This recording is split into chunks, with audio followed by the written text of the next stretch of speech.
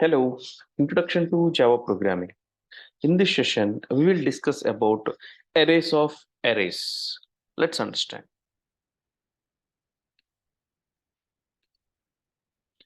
In Java, we have arrays of arrays. That means arrays containing other arrays. And these can be two-dimensional arrays, three-dimensional arrays, and n-dimensional arrays. So what is this arrays of arrays? Let's understand through this annotation. Let's assume I have an array. Let's say the size of this array is, let's say, 5. The array size is 5, so I will have 5 slots. Let's say, yeah, there is 5 slots, and we know it is actually indexed. So starting from 0, we have 1 over here, then we have 2, then this is 3, and finally 4. Now each array can have some other arrays actually, so that's what arrays of arrays. Okay, so now this one got some array actually. So now let me write. So this array contains another array, and this contains another array. This contains another array. At the same time, this contains another array, and this contains another array. So arrays of arrays actually. So how many it contains? See, this array contains, let's say, 4 slots, and the all arrays actually contain 4 slots. That means each is divided into, let's say, 4. Okay. So now this array actually can be termed something like this. Okay, so I can write like this. So it is some kind of array, which is, let's say, integer array, and I'm giving the name as ARR, and how many rows and how many columns actually. So how many rows? I have an array of 5 rows actually, right? So 1, 2, 3, 4, 5, right? So now I will say new int of the rows are 5, and how many columns? Each row has 5 columns. That's what we are assuming, right? Each will have 4 columns. So now we can actually say like this. So this is arrays of arrays. So this in C++ we call as a two-dimensional arrays, three-dimensional arrays. But in Java we use this term actually. So array containing other array. If this array contains some other array, the arrays actually. Like that, the dimensions will get increased. Okay, so this is what exactly is about arrays of arrays. Now let's actually understand how we are going to declare, how to declare arrays of arrays, and how to define them, and how to initialize. Okay, so declaration is straight away simple, just like how we did for normal arrays, that is one-dimensional arrays. In the same fashion, we can actually declare. So we can have some integer array, but these arrays of arrays, right? I am actually speaking of a two-dimensional. So arrays of arrays, so that is actually two-dimensional. So int two-dimensional a equal to yeah. So this is what declaration. So I'm just speaking of only declaration, right? So this is the declaration. So now a is the array variable that got declared and which has 2 dimensions. What are the 2 dimensions? When you speak 2 dimensions, we will have the first one is actually called as rows. So this is actually called as rows. Okay, first dimension is rows, and the second dimension is actually columns. Second dimension is columns. So when I say 2D, we have 2 subscript operators. 3D means 3 subscript operators, and ND means n number of subscript operators until so on and n actually. Okay, so if it is 2D, you will have rows, columns. If you have 3D, now you have one more array subscript operator actually. This is what actually is about declaration. Now how to define, so now for example, you want to combine declaration and definition. Otherwise you can actually say, because already a is available, you can say a equal to new int of, there are 5 rows and I want 4 columns actually, 5 rows and 4 columns. Okay, and now I would like to define a new array like this. Int array, some arr equal to new int of 3 comma 3. Okay, new int of 3 comma 3 actually. Like this I can declare. So not just integer arrays, you can actually have string arrays, string two-dimensional, some s array equals to, now you can actually say new string of So what are the sizes actually? So how many rows? I want 10 rows, and I would like to have each row a string of, let's say, 20 characters. Okay, so like this, a two-dimensional array of string can be defined. The same fashion, for example, I want to represent or I want to monitor temperatures of 10 cities 365 days. Okay, temperature is a double value. Temperature of 10 cities for 365 days. So now I will have new double of, so how many cities? 10 cities. How many days you want to monitor? For each city, you want to monitor for 365 days. So this is how we can actually write for that particular problem statement. So defining an array to monitor temperature for 10 cities, and you have to monitor temperature for all the 365 days, right? So like this, we can actually define the arrays of arrays actually. Okay, so arrays of arrays means arrays containing other arrays. Now coming to the initialization. So not just declaration, we can initialize also. For example, I can say integer array, some random array actually. So I just say some x equal to, I can actually initialize. When you initialize, new operator is not required. So here what I'm doing, I can 1 comma 2 comma 3 comma, then I have 3 comma 4 comma 5, then I have something like this 4 comma 5 comma 6. Okay, so now how many rows and how many columns? 1 2 3, 3 rows actually. So there are 3 rows, and how many columns? For each row there are 3 columns actually. This is kind of a 3:3 array. So we will actually say matrix also. We can call them as matrices. So two-dimensional arrays are just like matrices. Okay, so now the length attribute also can be used actually here. So what is the array dot length? For example, if I say system dot out dot println array dot length. Okay, so length always gives you the number of rows actually. So here this is rows, right? And here sarray dot length. If you say sarray dot length, it is going to be 10 actually. Now temp dot length, it's going to be 10. Okay, so here a dot length. So here I say system dot out dot println a dot length length. So this is going to be 5 actually. Okay, so the length attribute will be used as usual, and how you are using in the single dimensional array in the same fashion you can do that. Okay, this is how we declare. This is how we define, create. Define means create, and this is how we can initialize. Not just integer arrays, character arrays, double arrays, string arrays, anything can be initialized.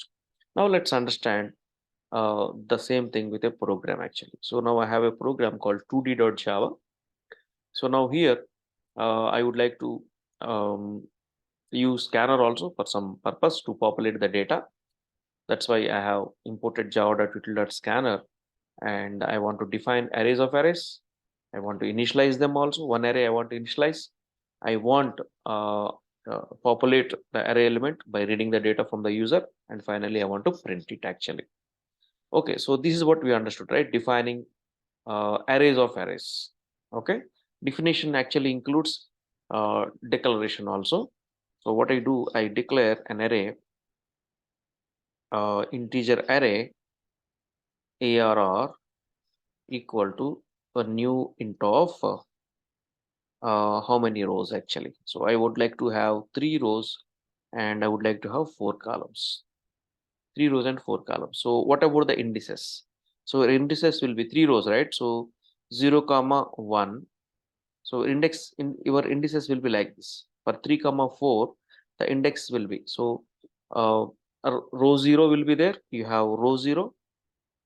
Okay, so this row 0 is having 4 columns, right? So that is col 1, then col 2, then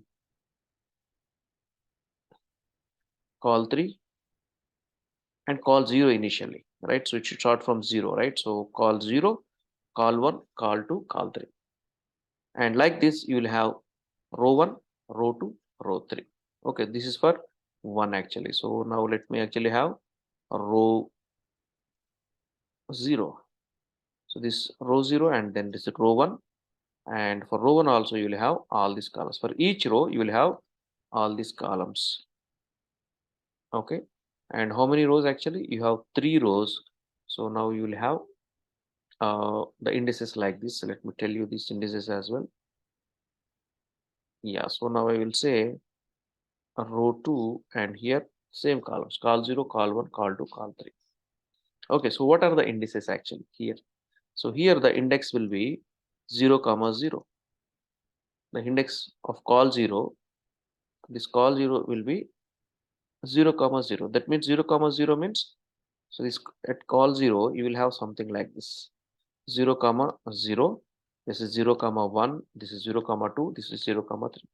Then row 1, 1 comma 0, 1 comma 1, 1 comma 2, 1 comma 3.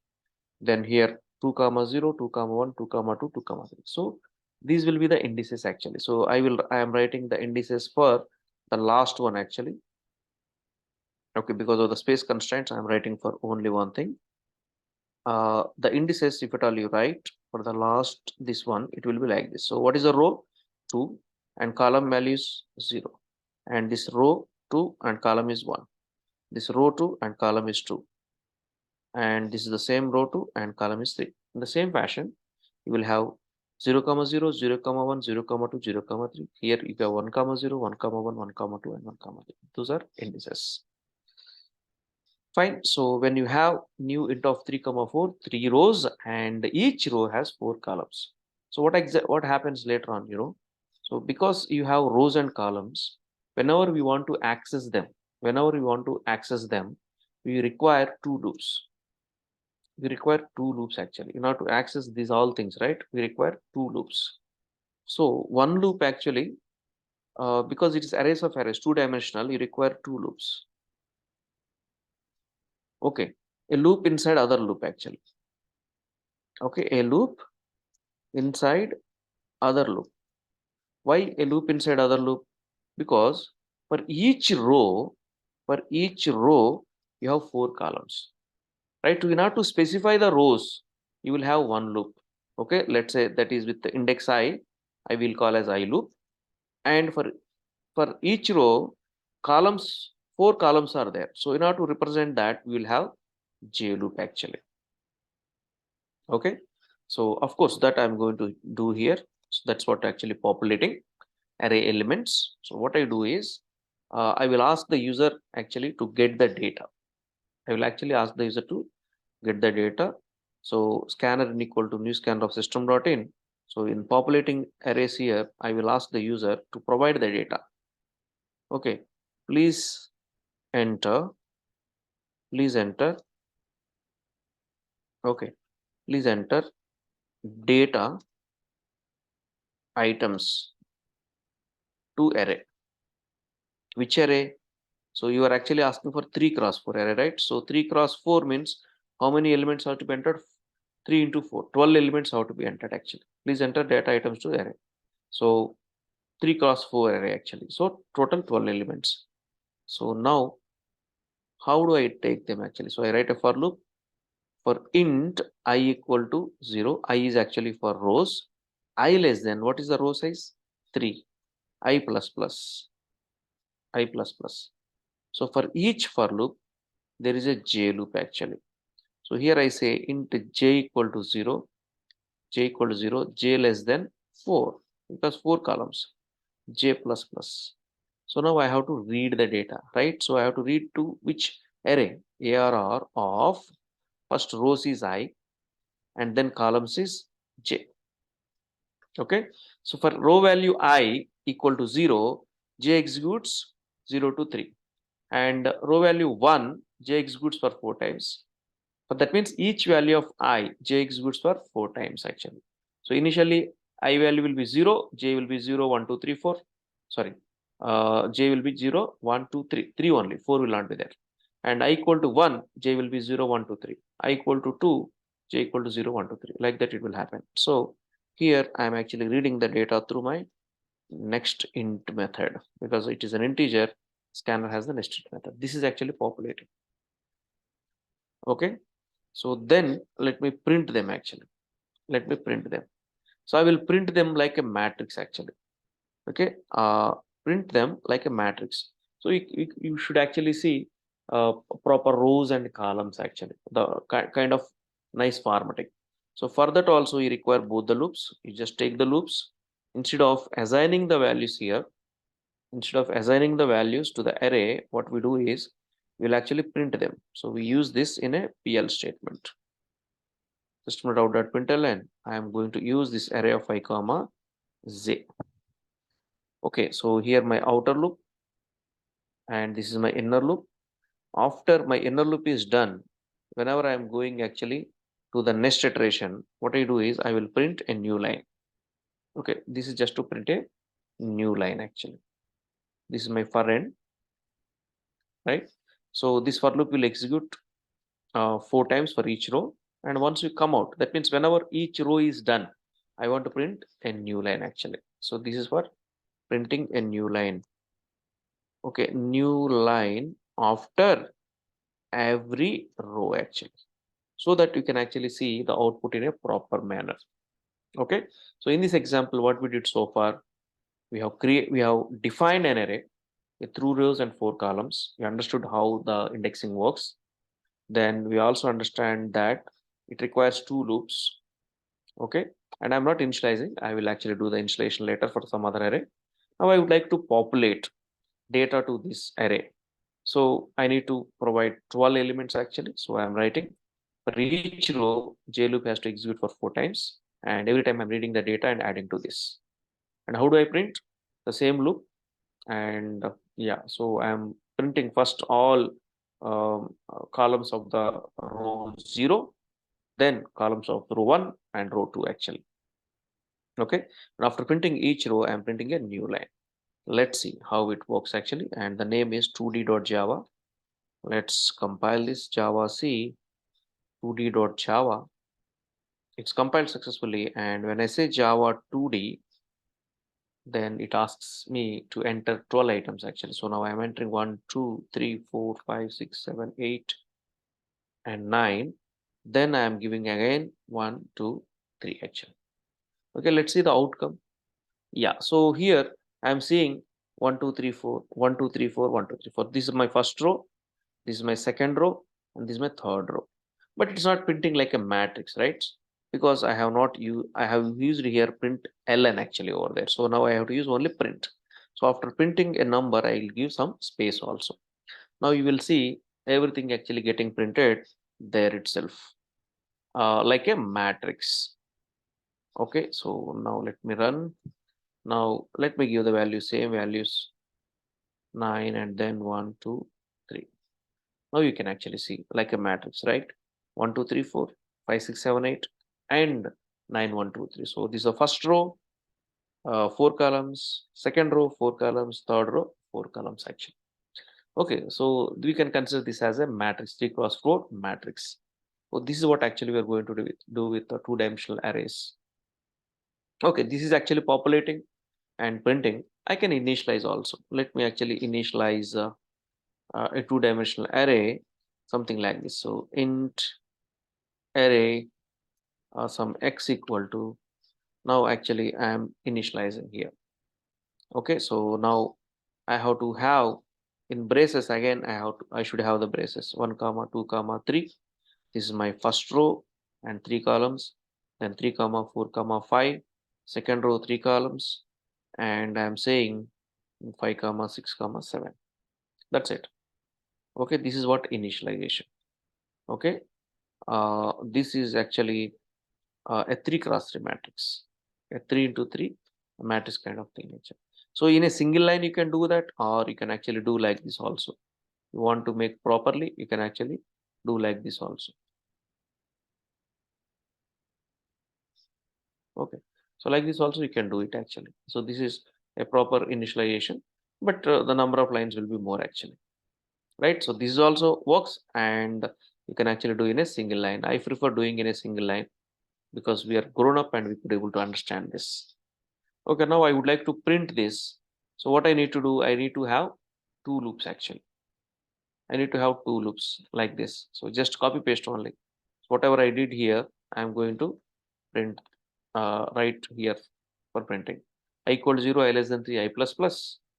and j equal to 0, j less than 3 here, because we know that's a 3 cross 3 matrix. Instead of printing array of I comma j, I say x comma I comma j, x of I comma j. Okay, this is x of I comma j, and here I need to close this for loop. Okay, and of course after each row I want to print a new line, so new line also I am printing here. This is for a new line actually. Okay, this is new line after every row. That's it. So one is declaration and another is initialization. I am printing both of them. So let me actually see Java C2.java. Now it asks me to enter numbers. Okay, something is missing after row actually. Yeah, so this is comment. That is a comment actually. That comment symbol I didn't provide. That's why the error. Now compiled successfully, and now I will Java 2D. Yeah, so now what happened? First we had an array initialized. Right? So 1, 2, 3, 3, 4, 5, 5, 6, 7, that is getting printed. After that, I am populating my 3 cross 4 array. So 1, 2, 2, 3, 4, 5, 6, 7, 8, 9, and 1, 2, 3. Okay, so I think one more. I have given 1, 2 rather. Yeah, I have given 12 rather 1, 2 actually. That's why it's waiting for one more. Yeah, so this is my array. Okay, so otherwise if I do again, so I will give properly now 9 and then 987. 987. Okay, now you can actually see the array coming up. So this is about two-dimensional arrays, which are also called arrays of arrays, So that's what actually I'm trying to tell here. So in Java, we have arrays of arrays. So I'm actually discussing only two-dimensional arrays as of now, and we can declare them, we can define them, and we can initialize them. And so we also seen how to populate a two-dimensional array and how to print like a matrix actually. So if you know this, then you can actually do many things which are related to matrix addition, matrix multiplication, okay, identity matrix, etc. kind of thing. So if you know how to read the data and how to print it actually. Okay, so this is about the arrays of arrays. And before I conclude the arrays of arrays, I just like to tell something also here, that is arrays of varying length. Okay, in Java this is new actually. Arrays of varying length. What is that? What does this mean actually? So in C and C++, you have to tell your rows and columns. So you have to make your rows and columns fixed. So for example, you have 10 columns. So you have 10 rows and each column has 5 elements. So all the 10 rows should have 5 elements. So that is actually a complete array. Okay, so for example, if you have a 3 cross 3 array, you have 3 cross 3 array, you should have 9 elements, right? That means each row you will have 3 columns. Each row you have 3 columns like this. Okay, so that means for each row, the column size is fixed. Okay, you cannot have arrays of varying length in C and C++, but in Java it is possible. Okay, in Java what is possible? For example, you can actually have a row. So first row you have 1 comma 2 comma 3 comma 4 comma 5. Okay, the second row you just have 1 comma 2 only. Third row you have 1 comma 2 comma 3. Fourth row you have nothing actually. Okay, you can have nothing in the fourth row. In the fifth row you can have just only one element. In the sixth row you can have so many. Like this. Okay, in the seventh row you have just again one. The eighth row you have only two elements, two columns actually. Then you have some 1 comma 2 comma 3. So now see, arrays of arrays actually. So you have so many arrays, 1 2 3 4 5 6 7 8 9. You have 9 arrays actually. So let me make 10 here, 1 comma 2 comma 3 comma 4 comma 5, comma 6. Okay, so now we have 10 arrays. So the first array is actually containing 5 columns. Second array is having only array of 2 elements. Third is actually having array of 3 elements, and fourth array has 0 elements. Fifth has only 1 element. Like that, we can actually have arrays of varying length actually. So in order to make you to understand better, what I can do is I will just actually go with my annotation. So for example, I have to monitor temperatures of 10 cities, 5 cities. Okay, so let me make 5 cities. I have to monitor temperatures of 5 cities. Okay, so this is my 1, 2, 3, 4, and 5 cities. Okay, and I want to monitor temperature for the first city. This is my first city. So for the first city, I want to monitor temperature for 365 days. So 365 days means my array is so big actually, right? And for second city, I want to monitor only weekly. That means only 52 weeks. And here for the third city, I want to monitor only monthly. Here I just want to monitor for quarterly. And here I have to monitor only half yearly, right? So arrays of varying sizes. See, in my city 0, I require temperatures to be modified for all 365 days. And for my city 1, I just want 52 weeks actually. So I would like to have only 52 columns over here. And my array 2, city 2 actually. Okay, cities. Let's say my array's name is cities. So cities of 2, I'm actually monitoring only for monthly temperature. 12 you will have. And here, this is actually quarterly. That means you will have only 4 columns here. And this last city is actually I'm monitoring half yearly. So that means I will have only 2 columns. So arrays containing arrays of varying sizes. So this is called arrays of varying sizes. Okay, so when you define these arrays of varying sizes, so how do you define actually? So let me tell this actually for this. So my array is a double array and whose name is temperature. Okay, let me actually bring this here. Double two-dimensional array because I have arrays of arrays, right? Temp equal to. So now new double of. What I do is first I will actually create new double of 5 cities actually. Now I will not mention how many columns. I'm not going to mention how many columns actually. That's it. This is allowed actually in Java. Okay. So double temp equal to new double of 5. So I just define my cities. So now what I'm doing, temp of 0. So that is my first temp of 0. That is my first city. How many days you have to monitor the temperature? 365 days. So now I can say a new double of 365. New double of 365. Okay. And my second array actually, okay, let me bring somewhere over here. My second array, I will define like this: temp of 1 equal to new double of I have 52 weeks weekly monitoring. In the same fashion, I will have my temp of 4 equal to, that is last actually, a new double of how many times? Only 2 times, half yearly. Okay, so if at all I want to give for array temp of 2 and 3, I can actually give certain values. And if I want to ignore completely, I don't want to give any columns, I will not mention actually. Okay, so in Java we have arrays of varying length, arrays of varying length. So now how do you use the length attribute? So if you say temp dot length, you will get 5. Temp dot length, you will get 5. Temp of 0 dot length, means you will get 365. Temp of 1 dot length means 52.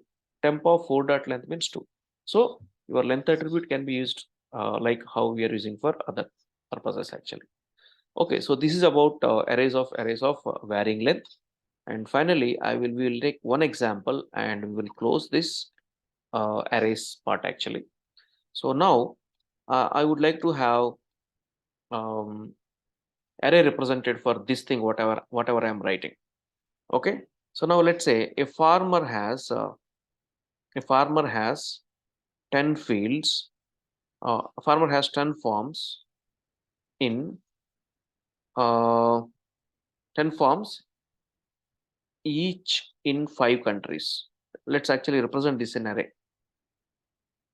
A farmer has 10 farms, each in 5 countries, and each farm has 15 fields.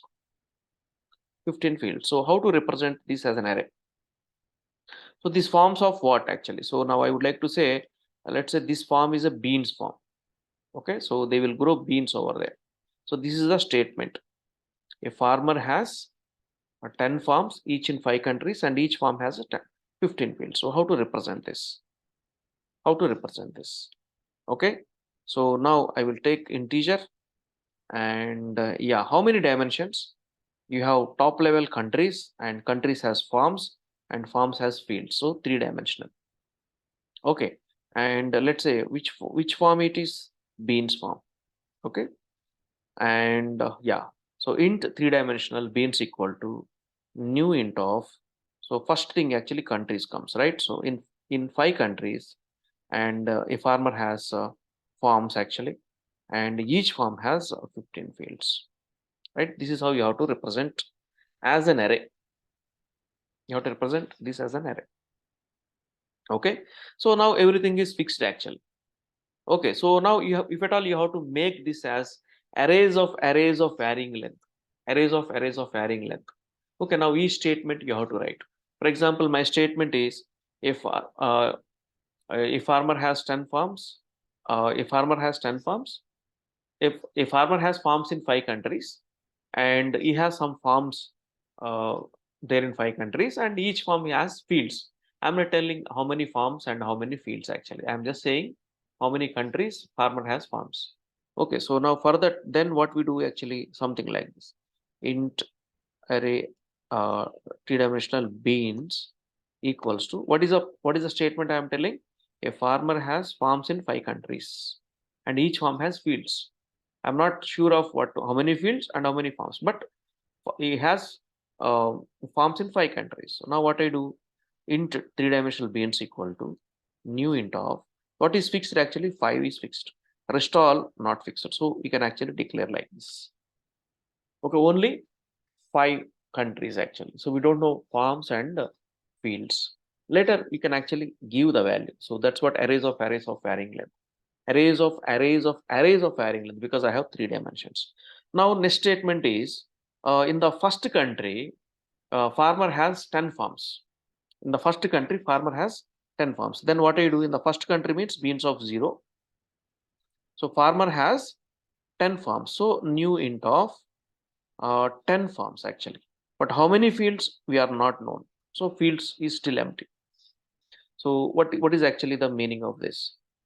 Okay, so this is farmer has farms in 5 countries.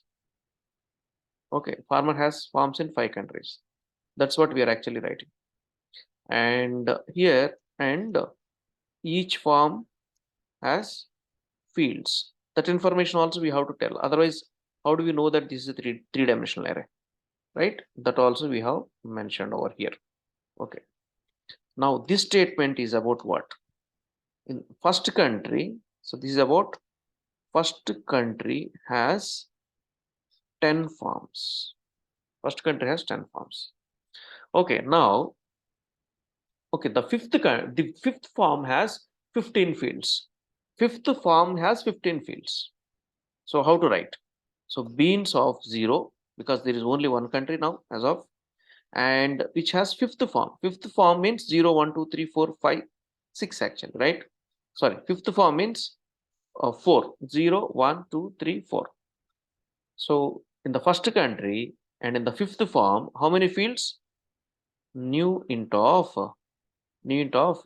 15 fields actually, right?